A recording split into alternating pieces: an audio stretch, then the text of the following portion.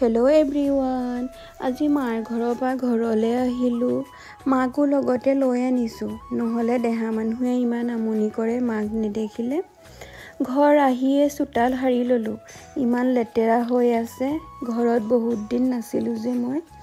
তাৰ পাছত মুখ হাত ধুই আকৌ খুৰী ঘৰলৈ গ'লোঁ।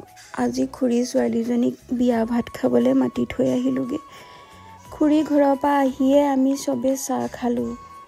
চাহ খায়ে আকৌ তাইক দিবলৈ কাপোৰ এযোৰ চাই আছোঁ। কাপোৰযোৰ কেনেকুৱা লাগিছে বাৰু জনাবচোন দেই। কাপোৰ সামৰি মেলি আকৌ ভাতত লাগিলোঁগৈ। এয়া আমাৰ ভাত ৰেডি হৈ গ'ল।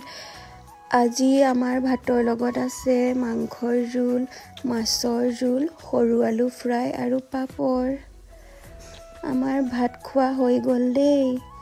তাৰ পাছত মানুহজনে ভণ্টিক থৈ আহিবলৈ গ'লগৈ। আজিলৈ ইমানেই, বাই বাই। ভিডিঅ'টো ভাল লাগিলে লাইক, কমেণ্ট, শ্বেয়াৰ আৰু ছাবস্ক্ৰাইব কৰি দিব।